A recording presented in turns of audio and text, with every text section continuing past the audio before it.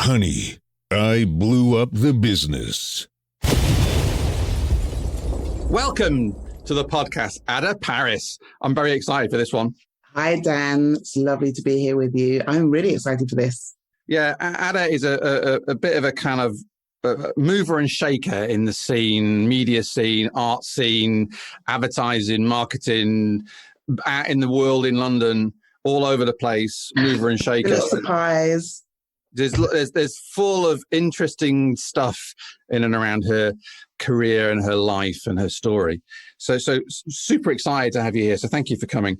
For those who don't know Adah, she's not only an entrepreneur, she's a futurist, a thought leader, a cultural strategist, and a storyteller. Woo! Look at that. I've been reading your website.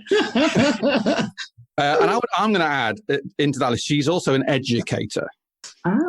Okay. I think she's an educator because she shares very openly about a lot of her story and what she's up to and what she thinks. And I find that educational for me, and I think for others. She's got over 20 years of creating transformational change in companies, and not just any old companies. We've got a whole list here. Google, Unilever, the Tate Modern, the EU Council, plus many, many more. So she's like really at the cutting edge of what she does. And not only that, I'm going to read a list here that's going to embarrass you. So yeah, I'll do this. One of TED Talk's Global Emerging Innovators of 2019. She's in the UK's top 100 Black and minority ethnic leaders in technology in 2018. And in 2020 was longlisted as one of the most influential women in UK technology. Blimey. Look at you, you're like... Blimey, is that me? Yeah, apparently it's you. It's great. I love it. It's exciting, right? Yeah, it is exciting. And so she's, like I say, she's got this amazing sort of interdisciplinary background. And she actually describes, she's an artist too. But she describes herself as an anti-disciplinary artist, which I love. And she's currently artist in residence at, I don't know if you know this, SBCAST in Santa Barbara in California. Is that correct? SBCAST? Yes, Santa Barbara Center for Art, Science and Technology. So she's an artist in residence. And I believe that you have other artists in residences as well. Yes, I've just finished being an artist in residence along with others at the Buckminster Fuller Institute, so the Design Science Studio, and also at the University of California, Irvine. And those ones were focused on climate change. And this one with SBCAST is really about me exploring that anti-disciplinary aspect of, and what that means is not focusing on one particular discipline, but being open to integrating all of them or none of them at various times. So Amazing. It's me honing my own skills for once. Amazing. Well, and this is why I wanted to speak to Adah, because she's got this eclectic, incredibly diverse set of experiences and skills. And me personally, I think that's really useful for anybody, but particularly for entrepreneurs, and particularly in the world we're in, which is changing every 2 minutes. Yeah. And the adaptability within that is like pretty fundamental, particularly coming out of this last 12 months of lockdown, etc. So I'm super excited. Don't forget, by the way, to subscribe to the podcast. This is my ad. I always forget to do this, by the way. Subscribe, rate, review. Self-promotion, Dan. Self-promotion. Oh, God, I'll never do it. I'm rubbish at it. Anyway, do all that because I'm trying to help people with this podcast, and you can help too. Anyway, I'm going to take us back in time to 1991 because this podcast is all about what happens after a business crash. Yeah. But, you had a life-changing car crash. Yep. Literal crash. At that time, can you just share what was going on at that time for you, and why the event and other events in that time in 1991 led you to almost reinvent yourself? Yeah, so 1991, I was studying, doing my A levels at college. Really excited to be going off to university. At the time, I was focusing on studying biochemistry. So I had all these plans, and that year, just everything changed. So in February, I had been having these kind of stomach pains. And in February, I ended up collapsing at college, rushed to hospital, had major gynecological surgery. That knocked me out completely. So that was February.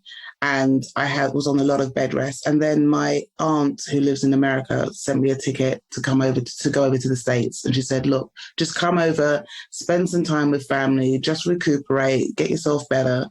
And I come from a really big family. And so flew over, and I think I arrived at 5:30 in the evening, and by 8 o'clock in the morning, no, the other way around. I arrived at 8 o'clock in the evening. By 5:30 in the morning, I was in a car accident. Ooh. I had, so less than 24 hours in the country. I had landed in the country, met some of my cousins, and we went out.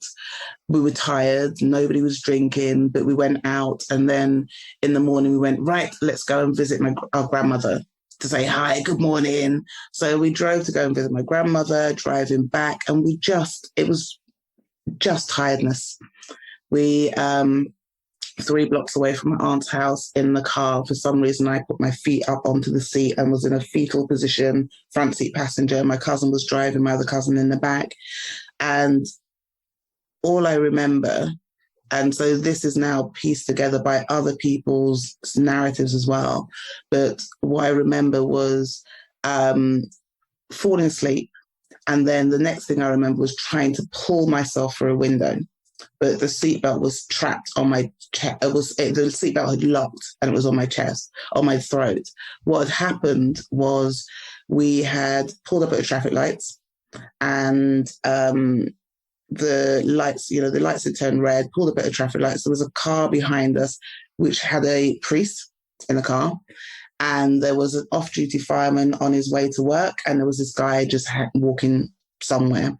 And so we fell asleep at the traffic lights. The car behind, the lights changed, the car behind blew its horn. My cousin turned the wheel and fell asleep again. And so did a full circle and hit the lamppost on my side. So the impact was my side, completely crushed the front of the car. Luckily, I had my legs up on the seat in the fetal position, which I normally don't do, which saved my legs. Whoa. And then we had a priest behind us. So he just came and started praying with us. Oh. The off-duty fireman was there, and he knew exactly what equipment to bring to get them to come. So they had to cut the car open. And this guy, I remember trying to pull myself through the window and the seatbelt locking, and this guy just had a knife. It happened to have a knife on him, and he came and he cut the seatbelt, which saved my life. And then he just disappeared. And so that whole thing, and it's just, there were so many flashes of in and out, because I was there as a tourist, had a travel insurance. My cousins who lived there had different insurance. We ended up being taken to different hospitals, of course, because the American system. Wow. I got better treatment, all sorts of things. And then it was this whole process of having to, so I was in hospital for 5 weeks, couldn't walk, didn't recognize my mum or any of my family. And I look exactly like my mum. My family, our genes, our facial features, very strong. Didn't recognize her, didn't recognize any of them. Hospital for 5 weeks, which was awful. Came back here eventually, but took a year off, had to relearn how to walk, everything about myself. Couldn't remember biochemistry, so I couldn't even go and do the degree that I wanted to do.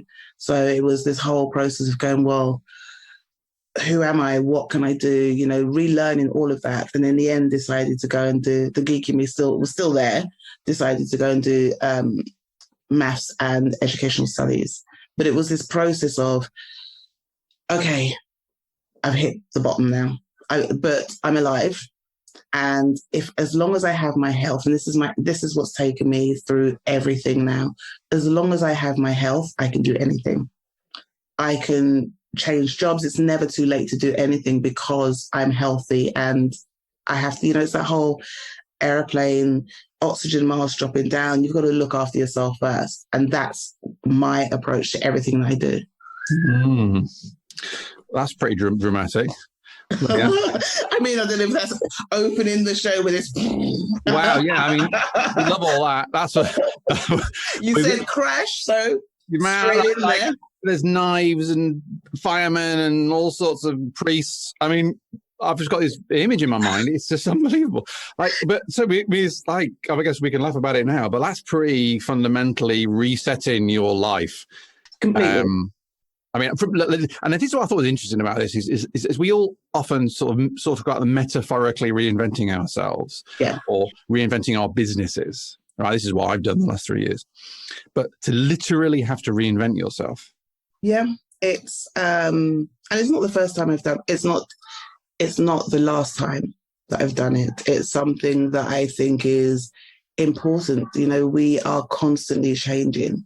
The world is constantly changing, and so to have for me anyhow, the idea of a very solid, static identity doesn't sit well, because we are constantly shifting and being influenced by our environment and people and things. And of course, that would have an impact on us. So why wouldn't we change? It's just like culture. To me, culture should change.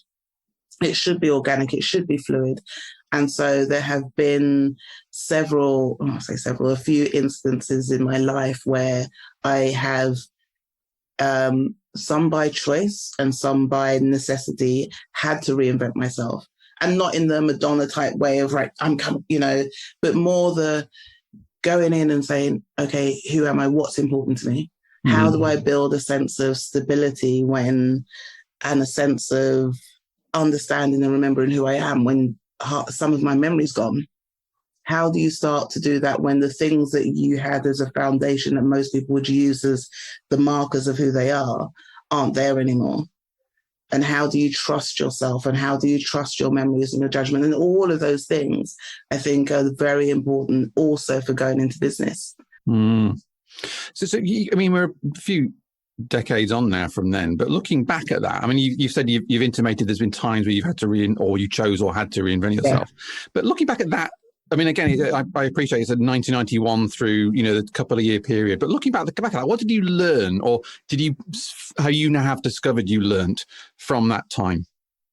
I learned that I'm resilient, and that when you think you've hit rock bottom, there's always more in the tank. There's always more in there than you first realize, but you have to dig deep, and that sometimes that is flipping scary, because you're going, I don't know, there's nothing left. I've tried everything. And that in those moments, it's better to let go. Mm-hmm. To let go and trust. Well, okay, what I've done is, I'm not going to say for everybody, but what I did was I learned that I need to let go and just trust that I'm not going to hit the ground. I'm not going to hit the ground. It's funny because it's always this image comes to my head. So I'm afraid of heights, really badly afraid of heights. And once was on a road trip in Argentina and up in the Andes, and they went, right, we've got this opportunity to throw yourself off a mountain. And I was like, not sure I want to do that. And then I had this moment, and it's the similar thing of going, I'm not afraid of falling. I'm afraid of hitting the ground.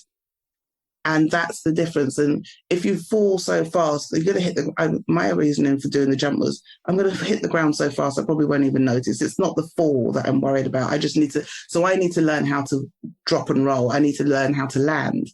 And that's the difference. And that's what I've taken from my accident and from the other things. It's not the falling, it's learning how to land. What happens how can you prepare yourself, or how can you enable others to help you to have a softer landing? Okay, that's interesting. So so you need to learn to let go. But what do you think you were holding on to? Oh, blimey. I mean, 1991, I was 20, teenage years, and who am I? And I think at that time, for me, a lot of it was around wanting to fit in, if I'm honest. Wanting to fit in, but never quite fitting into these kind of groups, because other people's definitions of things didn't quite match who I was or what I thought or what I felt.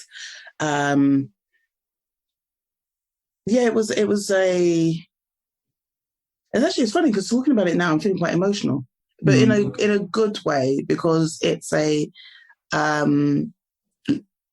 look how far I've come from that time when everything seemed so dark and gloomy and doom, but actually going, there are lessons in this, and the lessons are that in those times of stillness, because I had to be still, much like the pandemic, you were forced to be still. When you let go, there is beauty to be found, because I'm focusing on being present rather than what happened in the past or what the future is going to be like. And that's what I think that's happened for a lot of us during this, and for most of us during this pandemic, is we've all had to stop distracting ourselves with all the other previous stuff and actually just go, okay, I'm here. Now what do I do? How do I, and I think that's what I did with this pandemic is, I had to shield for most of it. And rather than looking at it as, oh my gosh, I've got 12 weeks and I'm going to count down the weeks, I mean, okay, I just need to get through this next week. And I need to get through the next week. And I need to get through the next week. And you break things down into small chunks, and that helps. So the way it happened, the event itself forced you to be still, forced you to be in the present. And that's a kind of, you see that pattern now, like decades later with the last 12 months. So what did you learn then? So again, you've been this pattern of, it started in 1991, but a pattern of reinvention and learning, and up to the last year with the lockdown. What did you learn from that sort of being present, being still? I learned that it's okay to be vulnerable. I have traditionally been a workaholic, and I used to say 2.5 burnouts. I'd say 3 now, because I think I recently burned myself out as well. Really? Launching a new business. Yeah, I got very close to it, but launching a new business, this whole working a full-time job in the UK, launching stuff in the US, my business partners in the US. So I was waking up at 5 a.m, doing a full day in the UK, and then doing a day with the US and finishing at midnight. And this thing of, looking at my diary and going, oh, yeah, someone wants to have a meeting. Okay, I can fit in half an hour meeting in between this lunch break and this time, and I can squeeze in. And then one day I looked at my diary, and I think I had 10 meetings in one day. And I went, when am I supposed to do the work? I haven't left myself any time to do the actual work. So that is a big lesson of, we need space and time to breathe. And as much as we think that just powering through is going to make it better, it isn't, because our capacity diminishes because we're exhausted. There's only so much we have in the tank each day. And if we burn that out in the first half of the day, then there is nothing left for the rest of the day, but we'll still push ourselves. And the other thing is that the same energy that I put into working for clients and for projects, I need to put that into myself. So what I started doing, and I don't need to do it so much now, but what I started doing over the years was, I would put appointments in my diary for myself, by myself. And so if somebody said, oh, I need a meeting, I could just quickly look at my diary and go, oh, no, I've got a meeting. But didn't have to specify that meeting's with me. And I'd have an agenda for that meeting with myself and go, right, this is what I do. But as part of that now, what I do is, some of those meetings are, I'm going to take the day off and I'm going to go and be inspired. I'm going to go to art galleries or exhibitions, or I'm just going to go jump on my bike and go for a ride. Because those things, as much as we think that they're taken away from what we should be doing, they're actually adding. And that's definitely something I've learned by being still. Yeah, somebody once said to me, so I had a number of burnout experiences too. And so at one point in one of my burnout experiences, somebody said to me, if you bought a car, a really expensive car, you take it for an MOT and you'd look after it and clean it, and just, you wouldn't try and bump and scrape it because you could, squeeze your Ferrari into that narrow parking space. You wouldn't do it. So why do you do it to yourself? Yeah. And it's so interesting. Like material possessions, we're really careful of your nice watch or whatever.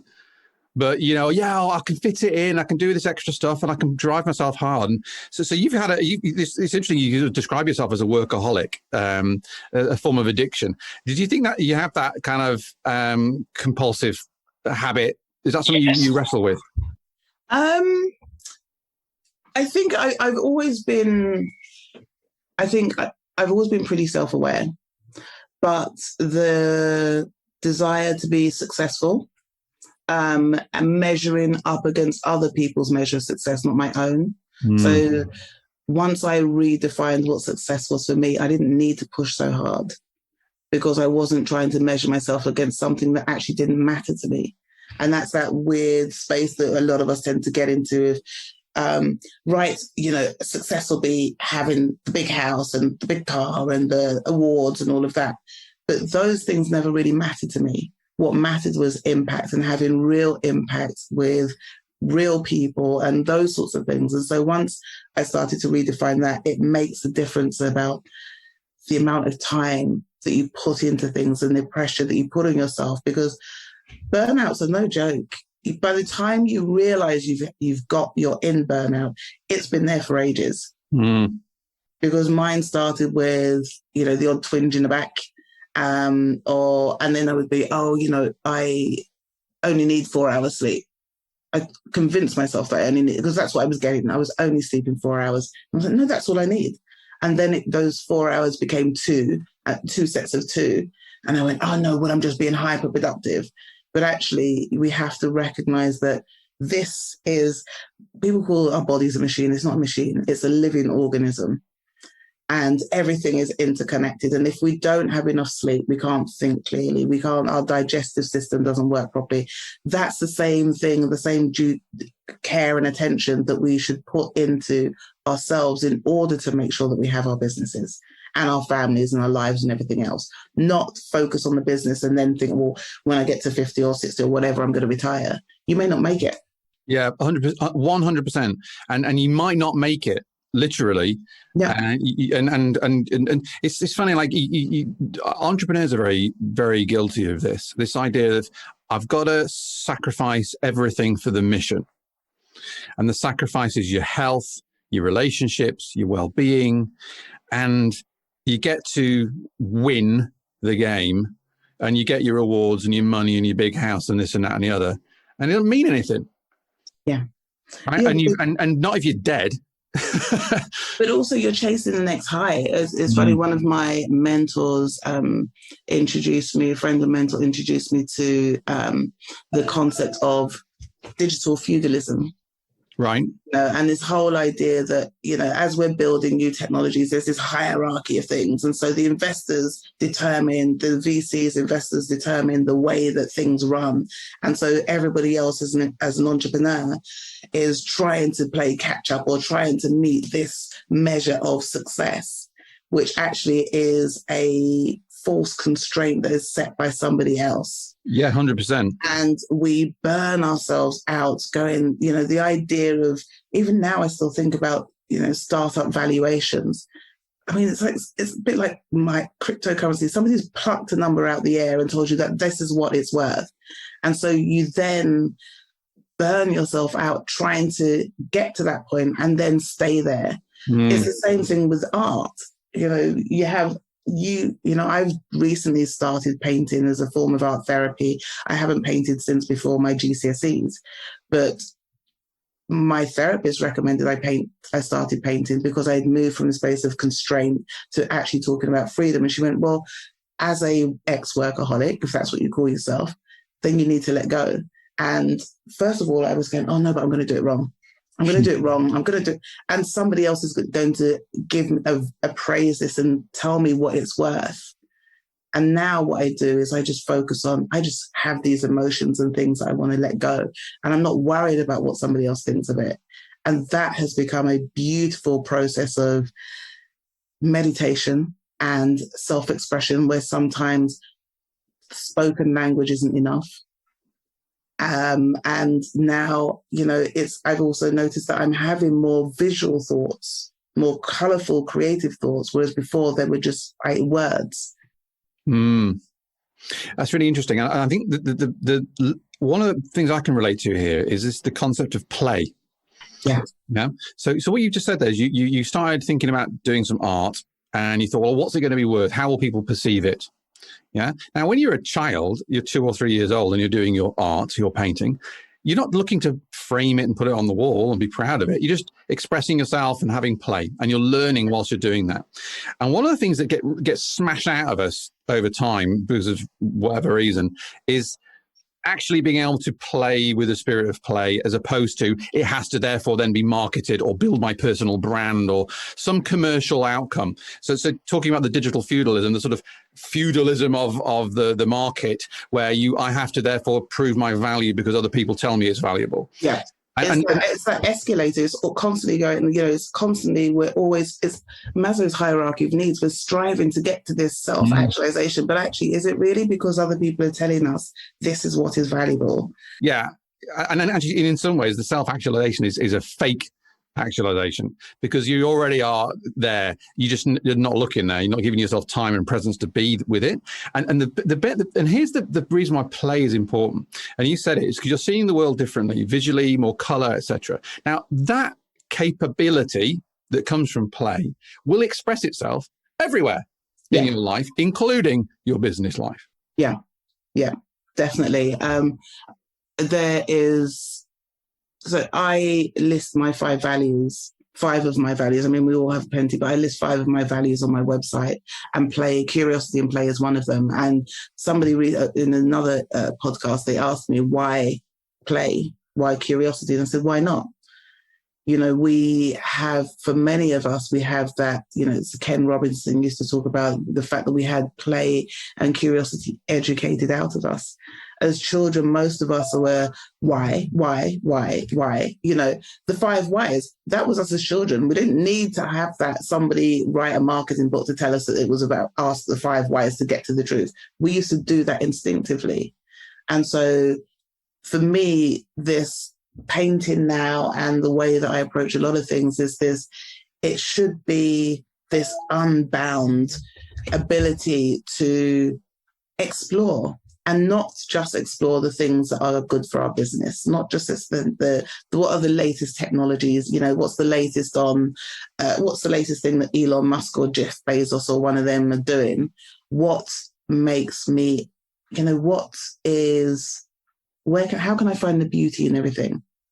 How can I start to understand my relationship between me and other, and not just other human. But I talk about, myself, Marcus, my co-founder, and we talk about this kinship. How can we understand our kinship with everything that is not human? So plants, animals, all of those things, because there are certain patterns and connections and ways of being that we can learn from all of these worlds. And this is about being curious and not setting a criteria or a measure of success. We're doing it for the sake of doing it. Yeah, I love that. And wow, there's a whole load of stuff here that's really, really useful. And just on that particular point, I read Eckhart Tolle's book, The Power of Now. And I really, if you've not read it, read it. But he has a little vignette in there. He talks about 2 ducks who have a fight. And he talks about observing the world. And these ducks have a fight, and then they float off, shake their wings, get rid of all their excess energy, and then they forgot about it. They're not hanging on to the fight. Yeah. Whereas if you get into a fight with someone, the next 2 years you're carrying it with you and are resentful and all fed up. So his just to your point about learning from the animal world or learning from the outside world, there's lots of reference points there. But I'm going to ask you, what is your... But I think that's also about ego. Yes, for sure. We don't always recognize where our ego comes into play. And the ego doesn't have to be this big thing of, I'm going to be the best in the world at this. Or, it's more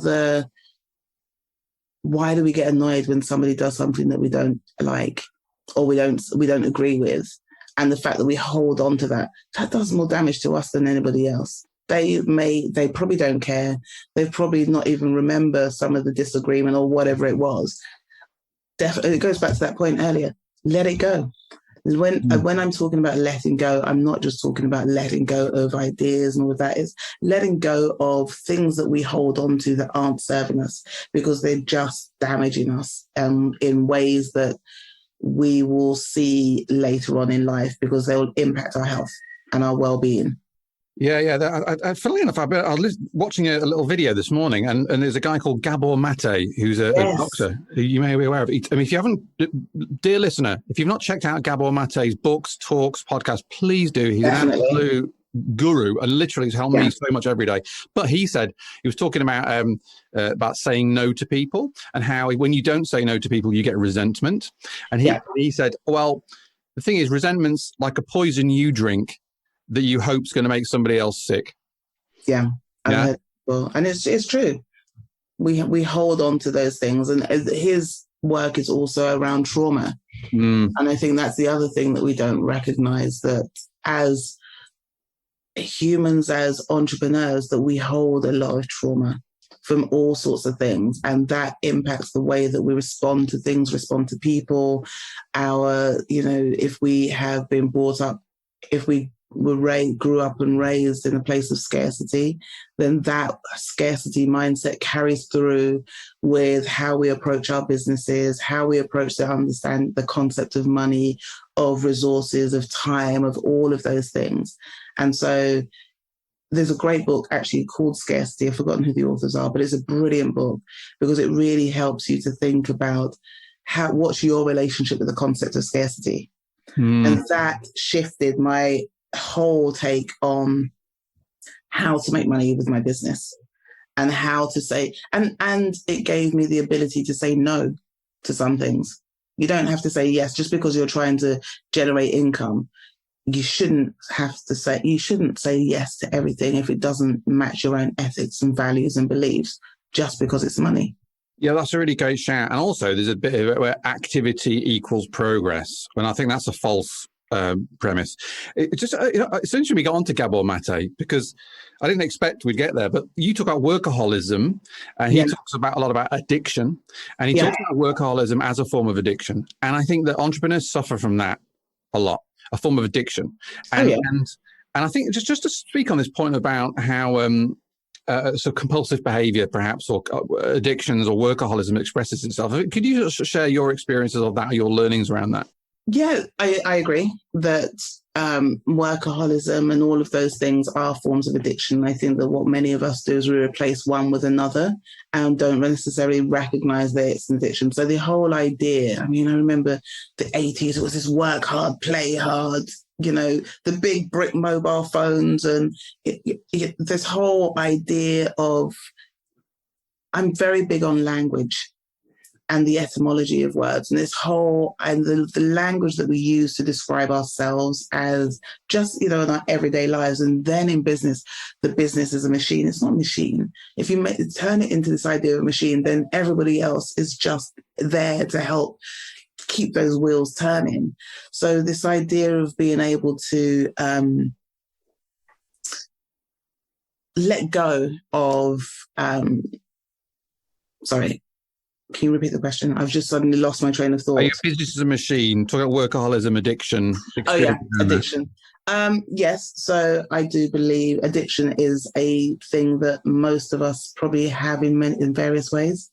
It could be addiction to exercise. It could be to food. It could be to those guilty pleasures of, I'm just going to have one cake. Oh no, I'll have another and have another. It could be that actually I just need to keep pushing myself with work.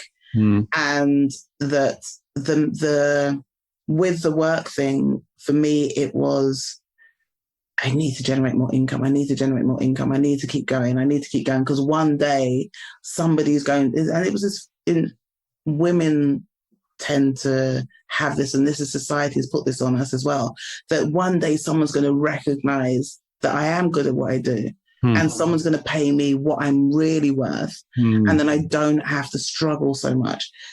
Doesn't happen like that.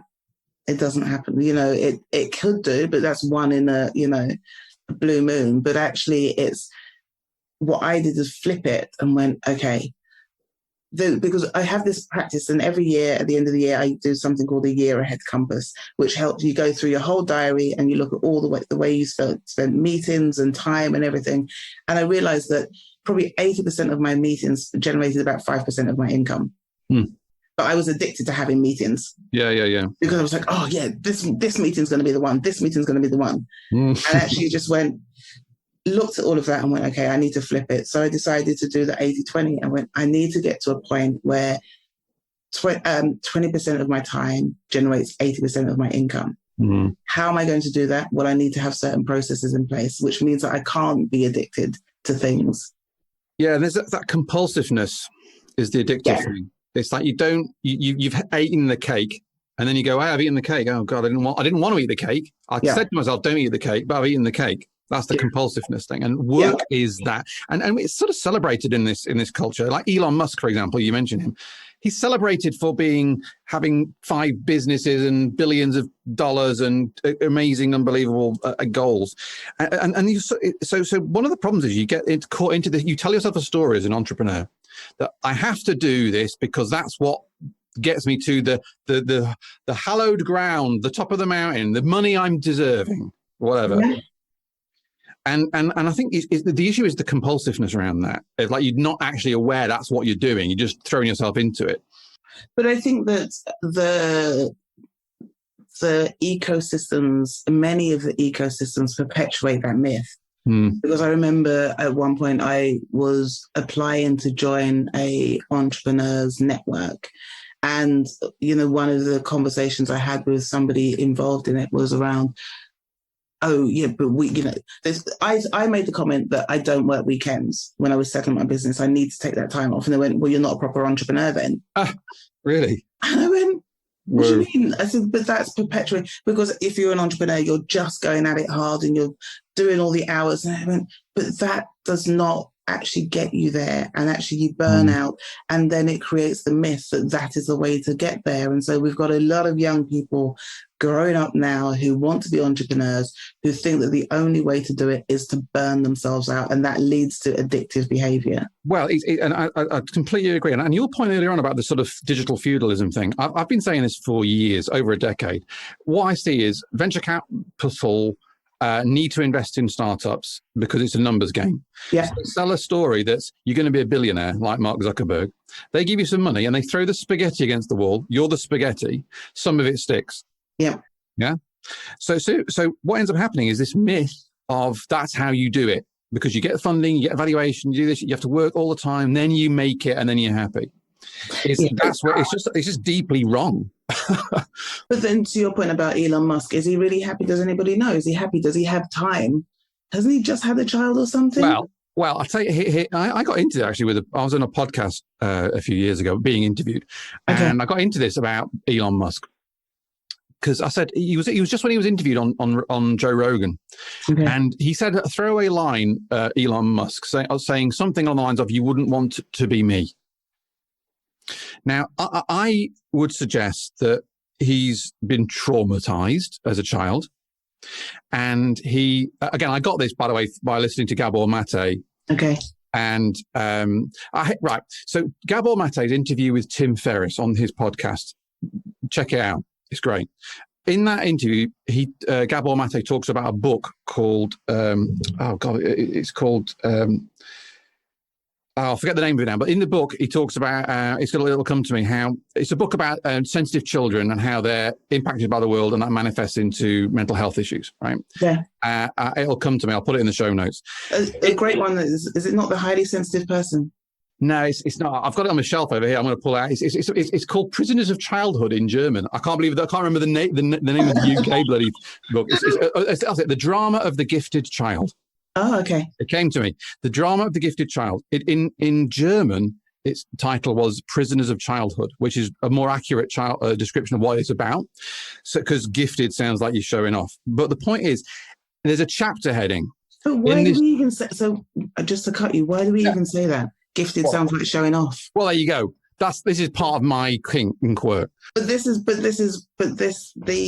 the narratives and the things that we do to ourselves that then perpetuate the same behaviors that we're talking about. Why can't somebody recognize that they are good at what they do and celebrate that without being made to feel like you're bragging or you're boastful or something? Yeah. I will get to my point, but this particular thing, I really struggle with this. My business partner Rick said to me, Dan, you just can't take a compliment, and I can't. I just get already weird and start making a joke and throwing it back at people and distracting people. I can't do it. And, on many levels, I'm, quote, successful, but I have this whole internal narrative that I'm a complete doofus. Oh, yeah, no, completely. Same. Do you know what I mean? It's like anyway, so the point in this chapter, I will get here. And this is a moment of time for me, because I'm a man who has a business career, entrepreneurship, and I set lofty goals, and it's all kind of like very highfalutin. I'm going to grow by 10 times, all that kind of stuff.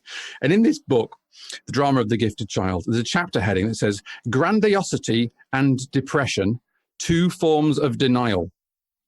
That's the name of the chapter heading.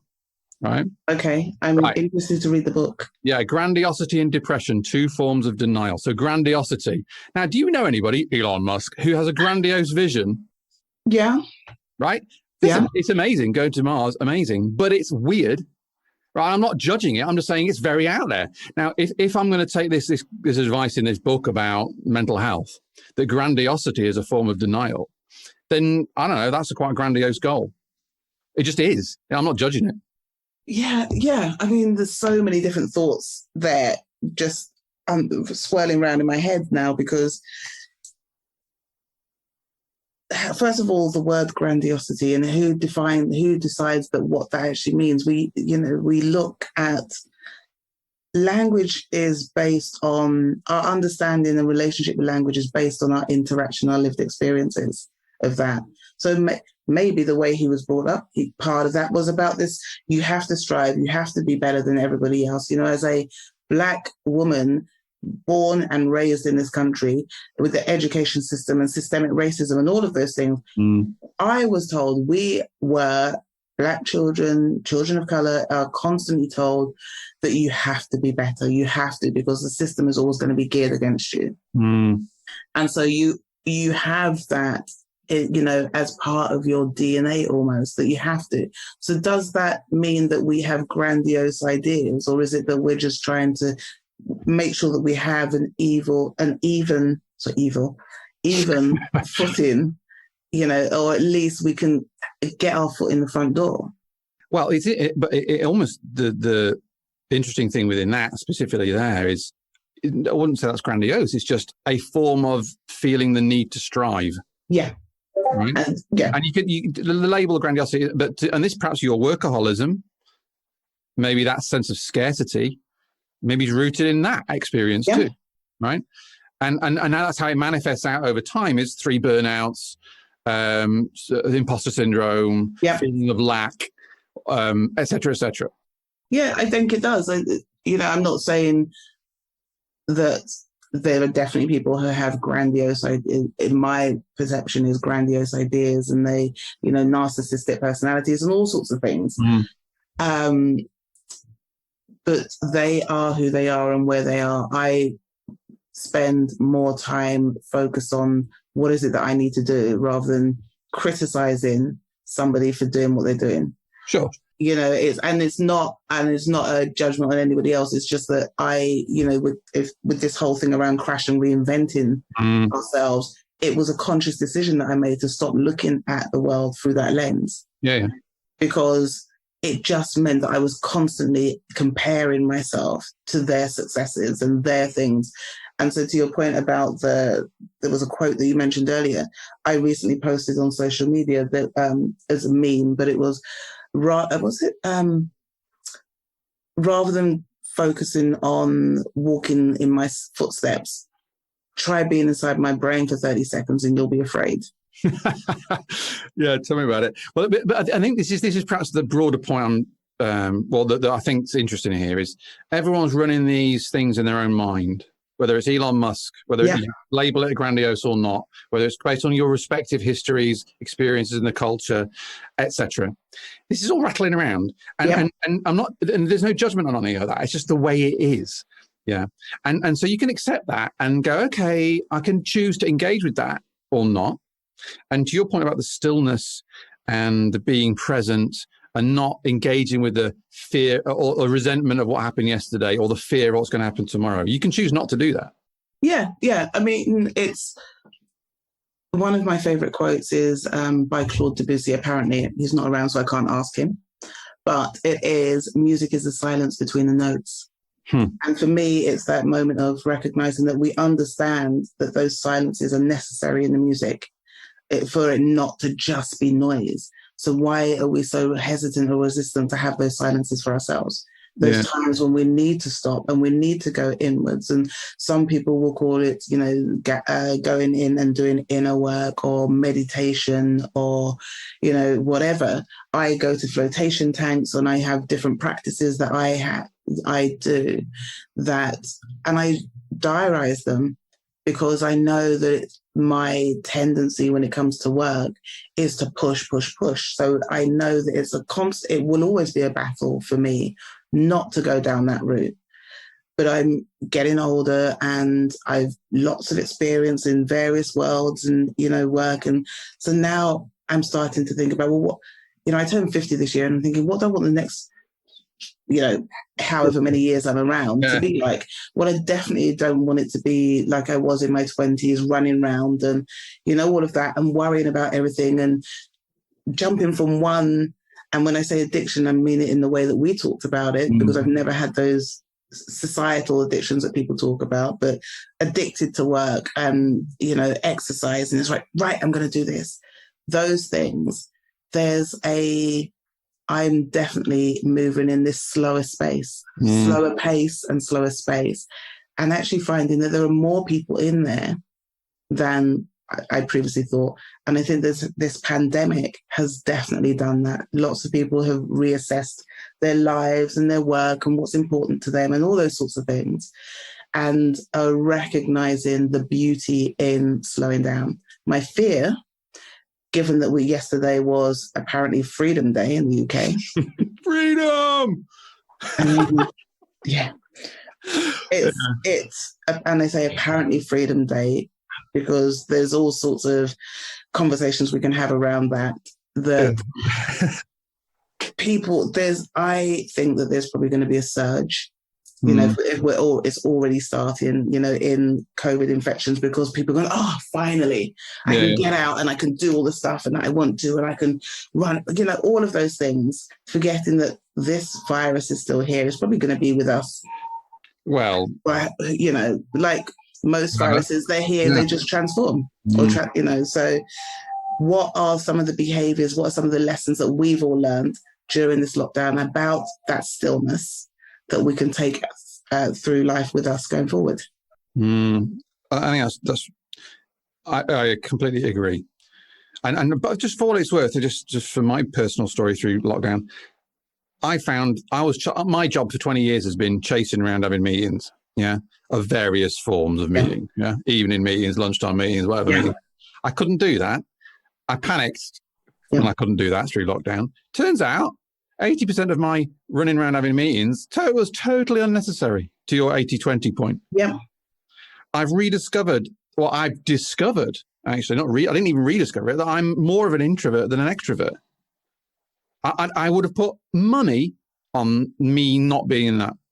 And so this stillness thing, the slower space and pace thing, is not incidental. It's not a thing you do, like you say, when you've made it or when you've got your funding, or you do it first. Yeah. Then you build your business and life. But let's talk about the business context here on top of that, because it's an expression of you, not an expression of some venture capitalists' money issues. Do you know what I'm saying? And I think that's a really important thing that you're saying there. And I can really see and it's really important for everybody, I feel, just to sort of give themselves that opportunity to sort of check out and be in that space and allow themselves to be. Yeah, we've got to, we wouldn't survive without breathing, right? So we need to give ourselves the space to breathe and to exhale and to digest. So it's been great the last couple of weeks. Things have slowed down with work. Well, I say slowed down, but I think some big projects have come to an end, and I'm in this slightly different space at the moment. And you know what's one of the best things about it is that I have the time to read long form. I'm not just getting my news by reading Twitter or quickly reading the news, a quick news bite-sized something, but I'm able to sit and just read and put the paper down or the magazine down and come back to it and just, really enjoy that process of learning and curiosity and play, because I don't know where it's going to end. But this idea of just going, okay, I have, an hour, I'm going to spend some time reading or listening to music. The other day, a couple of months ago, actually, I just realized that I hadn't made any time just to really enjoy music, just to stop. So put on my headphones, lay on the sofa and listened to Pink Floyd. Amazing. And just went, I'm just going to lie here and I'm just going to listen to the whole thing, the whole album. And it was beautiful just to reconnect with that. And after that, I felt recharged and went, I've got an idea, this and that and this. Yeah, exactly. And that. It's recuperation. And when do we ever do that now, to actually listen to the whole album, to actually listen to it. And that's such a amazing, again, thing to encourage, I guess. I'm thinking to myself here, I haven't done that for a long time. A whole album? Yeah, because we used to, I'm assuming you and I, we're similar age, the vinyl. Yeah. Where you used to buy the record and then you take out the sleeve and it's got the song lyrics and there's a bit of blurb and, would buy a CD or a cassette, first of all, that had the lyrics and the story and everything. And so you'd take time to read all of that. Now, I mean, don't get me wrong, I love, they're convenient, the online music platforms, but there is still something very beautiful and very nourishing and nurturing about being able to just stop and give yourself the gift of listening uninterrupted to an album from from start to finish. So stop what you're doing right now and get your favorite album. Yeah. Get your headphones on. Yeah. Get listening and turn your phone off. Yeah, I think that's the number one takeaway of this podcast is to do that. That seriously, that in some ways summarizes a whole hour's worth of really deep conversation there. Very simply, you give yourself that gift. You said the word gift of recuperation, of connecting with your spirit, because that will recharge you and help you do better work.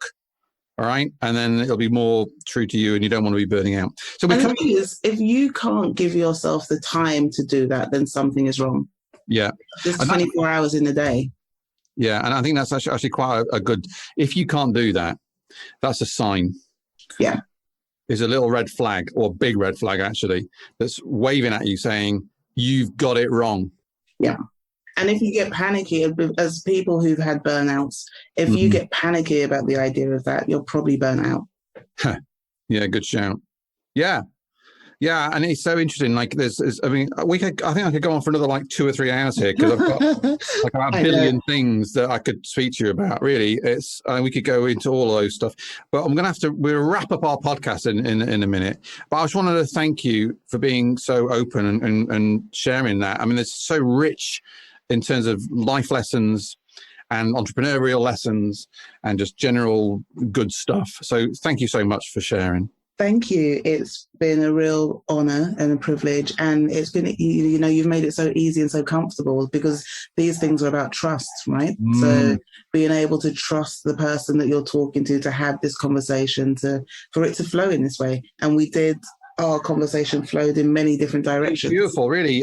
Where can people find you, Adah? Yeah, social media. So it's all of my social media is at Adah Parris, ADAH PARRIS. Websites are adahparris.com, ism.earth, ism.earth, and my latest art project is egomyth.earth. Brilliant. All that will be on our show notes.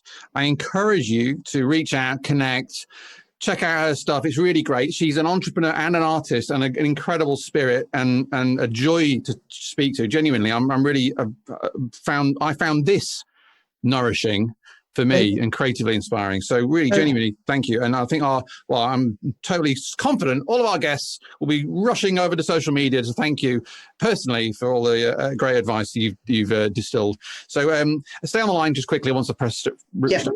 I'll have a quick chat. But thank you so much. And I'll see you next time, everybody. Thank you so much. Bye, everyone. Do you want to get the top 5 tidbits from each episode emailed to your inbox every Friday? Yes, you do. It saves you having to go through and make notes and make a note of all the books and all the ideas that are in the podcast. We go through and we choose the top 5 we like, plus put all the links into that email. So if you just go up to honeyiblewupthebusiness.com, yes, that's honeyiblewupthebusiness.com, and just enter your email address. There's a little box, just enter it in, and we will send you that information. And it saves you having to make notes and all that. That's make your life a bit easier. And of course, if you did enjoy the episode, please consider subscribing. We are trying to help people through this. So the more people that subscribe, review, rate on Apple, Google, Podcasts, Spotify, the more people will see it and the more we can help. So help us, help other people, other entrepreneurs like you. And before I go, I've got to say big up to my company, the tech department, the company we blew up and put back together again. They're generously supporting me on this mission through the podcast. So if you guys want to have a look at a company that can really help you improve your technology, make it better so your business gets better too, boosting your sales and your profit and a bit more sanity in your life, a little less stress, then head up to thetechdept.com, the tech department. My company, give us a look. On behalf of all of us here, thank you for listening, and I'll see you next time.